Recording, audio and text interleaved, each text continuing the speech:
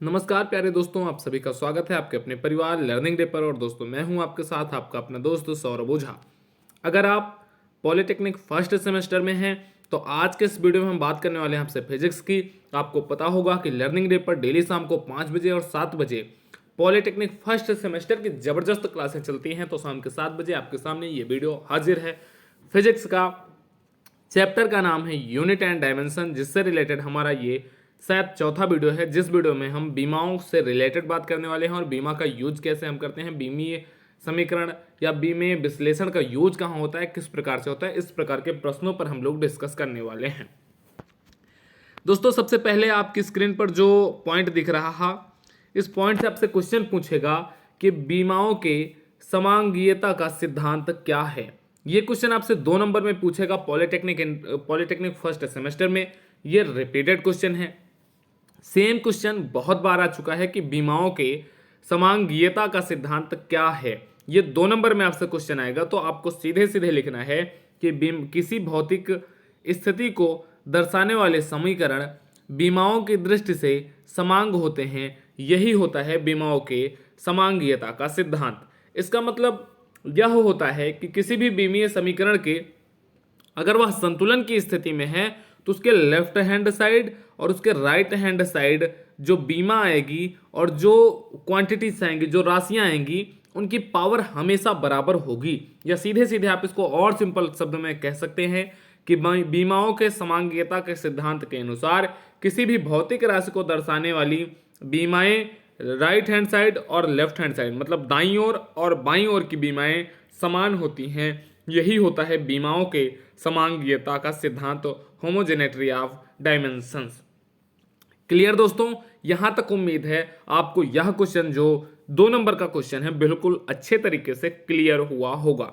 अब जो अगला प्रश्न यहां से आपसे बनता है वह प्रश्न बनता है कि भाई बीमीय विश्लेषण क्या है। बीमीय विश्लेषण से रिलेटेड आपसे सूत्र आपसे पूछेगा कि भाई बीमीय विश्लेषण क्या है, और यह क्वेश्चन भी आपसे 2 नंबर में पूछता है कि बीमीय विश्लेषण क्या है। तो सबसे पहले तो आपको पता होना चाहिए, कभी कभी आपसे ऑब्जेक्टिव टाइप क्वेश्चन में पूछ लेता है कि बीमीय विश्लेषण किसने दिया, तो आपको एक नाम पता होना चाहिए फोरियर साहब का। फोरियर साहब ने बीमीय विश्लेषण का ये जो सिद्धांत है, सिद्धांत को या बीमीय विश्लेषण से लोगों को परिचित कराया। तो फोरियर साहब का नाम आपको पता होना चाहिए।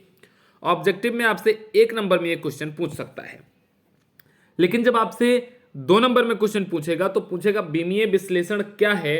तो आपको बताना है दोस्तों इसमें कि जब हम किसी भी भौतिक राशि की बीमा की गणना करते हैं तो हम उसके परिमाणों की गणना पर विचार नहीं करते हैं। कैसे परिमाणों का मतलब क्या होगा, इसको आप सिंपल वे में अब यहाँ पर मेरे माध्यम से समझिएगा। जैसे आपको 2 चीजें पता होती हैं, एक होता है आपका चाल और दूसरा आपका क्या होता है, वेग। चाल और वेग में कोई अंतर बता सकता है क्या? आप लोग फटाफट कमेंट सेक्शन में कमेंट करके बताएं कि चाल और वेग में अंतर क्या होता है। तो आप कहोगे सर चाल जो है यह एक अदिश राशि है और वेग क्या है, एक सदिश राशि है। अब यहीं पर यही बात ध्यान देने वाली बात यह है कि चाल आपकी अदिश राशि हो जाती है, वेग आपकी सदिश राशि हो जाती है। अगर मैं आपसे कहता हूं 5 किलोमीटर प्रति घंटे की चाल से, या फिर मैंने आपसे कहा कि 5 किलोमीटर प्रति घंटे के वेग से, तो यहां पर आपको जो ध्यान देना है, जो बीमीय विश्लेषण कहता है वो कहता है आगे क्या है और इसका आपका सदिश है या अदिश, ये हमसे इससे नहीं मतलब है। हमें मतलब है कि उसके साथ कौन सा बीमीय लगा है, उसके साथ बीमा क्या है। अगर हम किलोमीटर प्रति घंटे की बीमा निकालें तब आपको पता है क्या हो जाएगा, m। अगर आप किलोमीटर प्रति घंटे की बीमा निकालेंगे तो LT⁻⁻1 हो जाएगी, और इस तरफ वेग की भी आप बीमा निकालेंगे तो LT⁻⁻1 ही होगी। मतलब सीधे सीधे बीमीय विश्लेषण यही कहता है कि हमें परिमाणों पर विचार नहीं करना है, हमें केवल राशि की प्रकृति को देखना है कि कौन सी राशि है और उसकी बीमा क्या है। इसके बाद इसका दूसरा जो कॉन्सेप्ट आता है, दूसरा जो पॉइंट आपको लिखना है कि एक ही भौतिक राशि के बहुत से मात्रक हो सकते हैं, लेकिन बीमीय सूत्र एक ही होगा। ये बहुत इंपॉर्टेंट है दोस्तों कि किसी भी भौतिक राशि के बहुत सारे मात्रक हो सकते हैं लेकिन उनकी बीमा हमेशा एक ही होगी। कैसे? जैसे अगर हम बात करें दोस्तों बल की, तो आपको पता है बल का एक मात्रक क्या होता है, आप कहोगे सर न्यूटन होता है। अगर हम सीजीएस में आपसे पूछ लें तो आप कह दोगे सर इसका बल का जो मात्रक होता है डाइन होता है। या फिर अगर हम आपसे MKS में पूछें तब आप M इंटू ए से आप बता दोगे कि इसका सर हो जाता है किलोग्राम मीटर प्रति सेकंड स्क्वायर, केजी मीटर प्रति सेकंड स्क्वायर। लेकिन दोस्तों ध्यान देने वाली बात यह है कि अगर आप न्यूटन, डाइन या फिर किलोग्राम मीटर प्रति सेकंड स्क्वायर की बीमा निकालेंगे तो सभी की बीमा बिल्कुल सेम आएगी। वो बीमा आएगी MLT की पावर -2 और यही कहता है बीमीय विश्लेषण का दूसरा प्रारूप, दूसरा सूत्र। क्लियर दोस्तों? अब इतने अच्छे तरीके से, इतने आसान तरीके से मैंने आपके लिए 1 बाय 1 पॉइंट कंफर्म किया है, 1 बाय 1 पॉइंट क्लियर किया है। मुझे नहीं लगता कि अब आपसे बीमीय विश्लेषण में कोई डाउट रहा होगा। यहाँ से आपका 2 नंबर का अगर आपसे पूछेगा तो आप लिख सकते हो, 1 नंबर का पूछेगा तब भी आप बहुत आसान तरीके से लिख सकते हो दोनों चीज़ों को, विथ आप एग्जाम्पल भी करके दिखा सकते हो। दोस्तों अब जो सबसे महत्वपूर्ण चीज़ आती है वो यहीं से स्टार्ट होती है। आप कहोगे सर बहुत महत्वपूर्ण चीज़ क्या है? तो दोस्तों बहुत महत्वपूर्ण चीज़ जो मोस्ट इंपॉर्टेंट आप करके हैशटैग बना करके अपनी नोटबुक में, अपनी कॉपी में लिख सकते हो, बीमीय विश्लेषण के उपयोग। यहाँ से हर साल क्वेश्चन पूछा जाता है और लगभग 4 नंबर का क्वेश्चन आपसे यहाँ से पूछेगा कि बीमीय विश्लेषण के क्या उपयोग हैं, यूज ऑफ डायमेंशनल एनालिसिस, बीमीय विश्लेषण के उपयोग क्या हैं। यह क्वेश्चन आपसे 4 नंबर से पूछता है। इसके जो 4 या 5 उपयोग हैं उनमें से हर साल आपके पॉलिटेक्निक फर्स्ट सेमेस्टर में प्रश्न बनता है और इस बार भी निश्चित रूप से मान के चलिएगा दोस्तों आपके फर्स्ट सेमेस्टर में क्वेश्चन यहीं से बनने वाला है। अब बीमीय विश्लेषण हम लोगों ने देख लिया। बीमीय विश्लेषण के उपयोग में जो सबसे पहला उपयोग आता है, एक एक उपयोग को मैं आपको बहुत अच्छे तरीके से बताने वाला हूं, बहुत क्लियर करने वाला हूं हर एक पॉइंट को। क्या होता है बीमीय विश्लेषण का सबसे पहला यूज क्या होता है कि मात्रकों की किसी पद्धति में किसी दी हुई भौतिक राशि के मात्रक ज्ञात करना। जैसे अगर आपको कोई भी मात्रक दे दिया जाए, किसी भी पद्धति का कोई मात्रक हो, आप उस मात्रक की सहायता से भौतिक राशि के मात्रक ज्ञात कर सकते हैं। जैसे हमें बल दे देता है, बल का अगर आपसे पूछे कि बल की बीमा क्या होगी तब आप क्या करोगे? बल की बीमा अगर आपसे पूछ ले तो आप क्या निकालोगे? बल की बीमा आप यही तो करोगे, बल इज इक्वल टू द्रव्यमान गुणे त्वरण। द्रव्यमान का मात्रक क्या हो जाता है? किलोग्राम, और त्वरण का मात्रक मीटर प्रति सेकंड स्क्वायर हो जाता है। यहाँ से द्रव्यमान को हम m से रिप्रेजेंट कर देंगे, द्रव्यमान की बीमा m, और मीटर की बीमा l आपकी हो जाएगी, और समय की बीमा t की पावर 2 हो जाएगी। इसको बड़े ब्रैकेट में बंद करके हम सॉल्व कर देंगे तो यहाँ से आपको क्या मिल जाएगा? बल की बीमा आपको मिल जाएगी MLT की पावर -2। ध्यान देने वाली बात बस यही है कि बीमीय विश्लेषण का जो सबसे पहला यूज होता है वो होता है मात्रकों की किसी पद्धति में किसी दी हुई भौतिक राशि के मात्रक ज्ञात करने में। और नीचे आप ये एग्जाम्पल लिख सकते हैं। अगर यह क्वेश्चन आपसे पूछेगा तो 4 नंबर में पूछेगा और केवल इतना ही लिखने से आपको 4 नंबर मिल सकता है। बाकी आप इसी में कंफ्यूज होते रहेंगे, कहीं और से पढ़ेंगे, कहीं और से देखेंगे तो इसी में आप घूमते रहेंगे। अब जैसे इसको इतना लिखने के बाद कि F की बीमा क्या होगी, आप थोड़ा सा नीचे और ज़्यादा एक्सप्लेनेशन इसका लिख सकते हैं। आप क्या लिख सकते हैं? जैसे MLT की पावर -2 है, ठीक है, तो चाहो तो दोस्तों आप MLT की पावर -2 से आप इसका जो बल का सूत्र होता है, जो बल के में जो भौतिक राशियां यूज होती हैं उनको आप निकाल सकते हो। आप कहोगे सर कैसे? अब ध्यान से तसल्ली के साथ ये देखो, यम किसको रिप्रेजेंट करता है? आप कहोगे सर यम द्रव्यमान को रिप्रेजेंट कर दिया सर हमने। इंटू है, इंटू लगा दिया। यल किसको रिप्रेजेंट करता है? लंबाई को रिप्रेजेंट करता है, सर हमने लगा दिया। टी की पावर -2 है, मतलब अपान में होगा, टी का मतलब सेकंड और सेकंड का स्क्वायर हो गया। द्रव्यमान इंटू लंबाई बटे सेकंड स्क्वायर, और ये हो जाता है द्रव्यमान को हम द्रव्यमान ही बोलेंगे, और लंबाई अपान सेकंड स्क्वायर हो जाता है त्वरण का। द्रव्यमान इंटू त्वरण हो जाता है बल का सूत्र। बल का सूत्र क्या हो जाता है? द्रव्यमान गुणे त्वरण।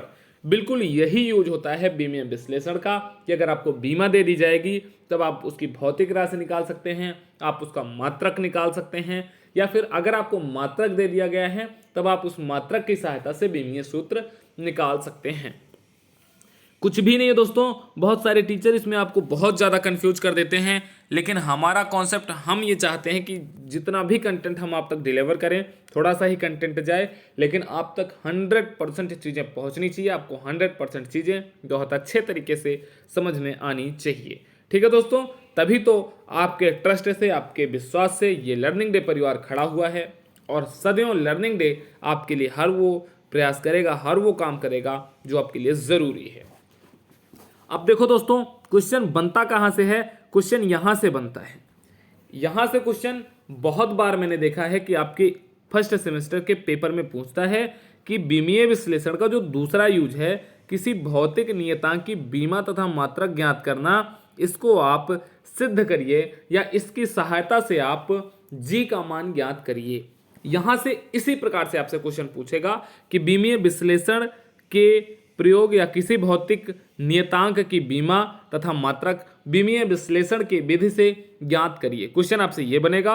मैंने आपको पहले ही बताया था 4 नंबर का, तो ये जो क्वेश्चन हो सकता है आपका 3 नंबर या 4 नंबर का क्वेश्चन आपका हो सकता है। बहुत आसान क्वेश्चन रहता है, कोई बहुत बड़ा लॉजिक, कोई बहुत ज़्यादा आपको दिमाग नहीं लगाना होता। बस तसल्ली के साथ आप इस क्लास को बहुत अच्छे तरीके से देखो, आपका यहीं पर यह कॉन्सेप्ट आज क्लियर हो जाने वाला है। कैसे? किसी भौतिक नियतांक की बीमा तथा मात्रक ज्ञात करना। सबसे पहले हमें पता होना चाहिए नियतांक क्या होता है। ध्यान देना दोस्तों, कहीं पर भी अगर ये डायरेक्टली प्रोपोर्शनल या अनुक्रमानुपाती का साइन आता है, तो ये साइन हटने के बाद एक कांस्टेंट आता है, और उसी कांस्टेंट को हम बोलते हैं भौतिकी नियतांक। अगर फिजिक्स में हम बात करते हैं तो उसी को हम भौतिकी नियतांक बोल देते हैं, और इसी के बारे में यहाँ पर आपको बताया गया है कि इसी जो भौतिक कांस्टेंट, यहाँ पर जो कांस्टेंट आएगा उसी की आपको बीमा ज्ञात करनी है। जैसे सपोज करना दोस्तों, एक जो हम लोगों ने सूत्र पढ़ रखा होता है कि किसी भी वस्तु पर लगाया गया बल F उसके द्रव्यमान m के गुणन, उसके द्रव्यमान के अनुक्रमानुपाती तथा उस पर उत्पन्न त्वरण के अनुक्रमानुपाती होता है। जब इन दोनों को हम मिक्सअप करते हैं तो आपका आ जाता है m इंटू ए। मैं इसी का अनुप्रयोग बता रहा है, ये प्रयोग संख्या 2 का।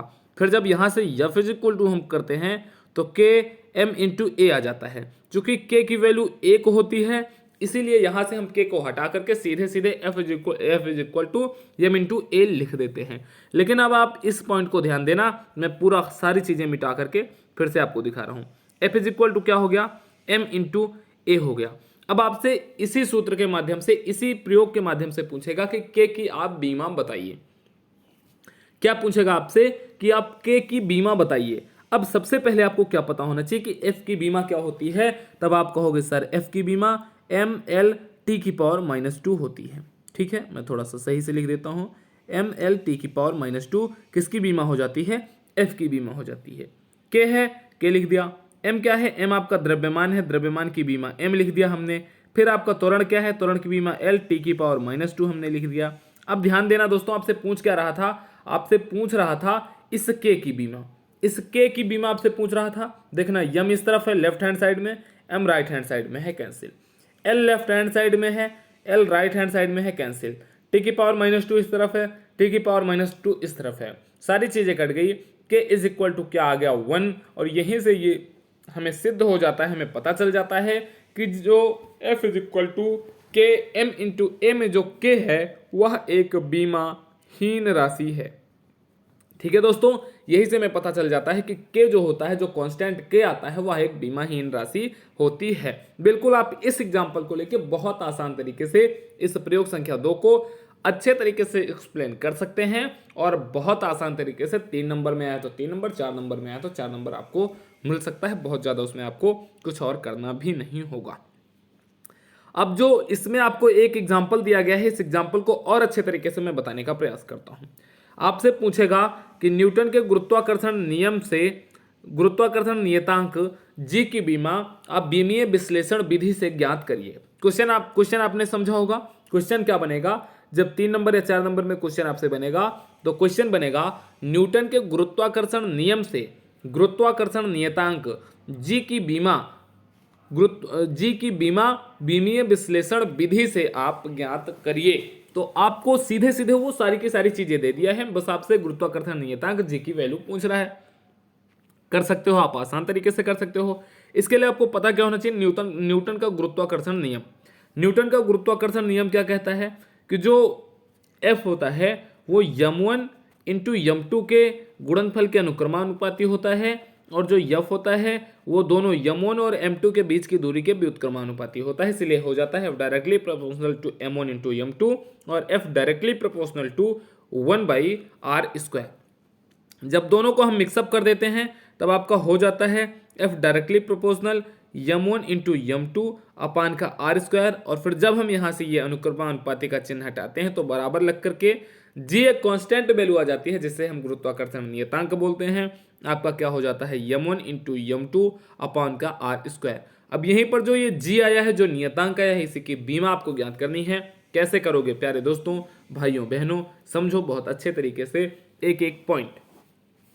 आपको g की बीमा ज्ञात करनी है। क्या कर लो आप, g इज इक्वल टू निकाल लो। जब g इज इक्वल टू निकालोगे तो आपको क्या मिल जाएगा, f इंटू r² अपान m1 इंटू m2। यही तो मिलेगा आपको, m1 इंटू m2, यहाँ पर क्या हो जाएगा m2। g की वैल्यू यही आपको मिल जाएगी। सबसे पहले तो आप g का यहाँ पर क्या निकालिए, g की बीमा निकालने के लिए अब आप कुछ भी आपको नहीं करना दोस्त, समझना एक एक पॉइंट। f की बीमा रख दो। f की बीमा मैंने अभी थोड़ी देर पहले बताया था आपको, ml(t⁻²) हमने रख दिया सर। r की बीमा क्या होती है, r क्या है, दूरी है, दूरी का मात्रक मीटर या सेंटीमीटर, और इसकी जो बीमा होती है l होती है, l का हमने क्या कर दिया, स्क्वायर कर दिया।